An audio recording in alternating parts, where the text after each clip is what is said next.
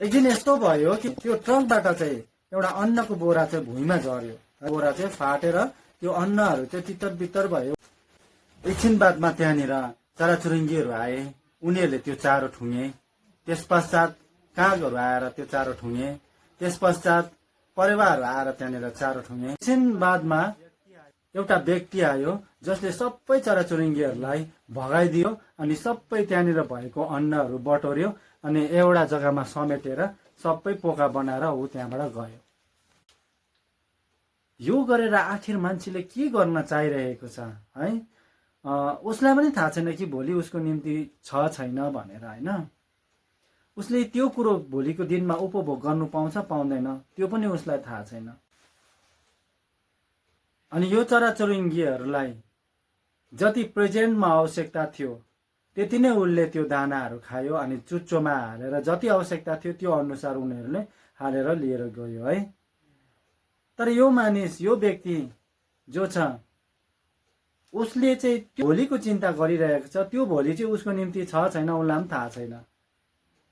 उहिले नै हाम्रो बाजे बराजुहरूले एउटा उखान भन्ने गर्थे नि, होइन? एउटा कफनमा चाहिँ गोजी हुँदैन भनेर।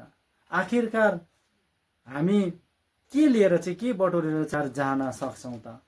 बाइबलले यसरी भन्दछ, होइन? हेर त्यो लिली फुलहरूलाई, त्यसले भोलि के खाउँ के लाउँ भनेर कहिले सोच्दैन र सुर्ता गर्दैन। उनीहरूको निम्ति परमेश्वरले नै पुरा गरिदिनुहुन्छ भनेर भनिएको छ।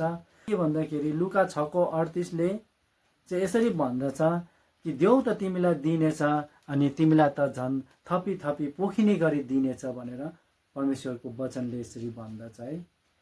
र हामीले बाँड्न सिक्नुपर्छ। संसार हो, भोलि के लिएर जान सक्दैन हामी। त्यसैले यो जीवन एउटा सफर हो। यसमा शान्तिमा बस्नुहोस्, आनन्द गर्नुहोस्, इन्जोय गर्नुहोस्, होइन?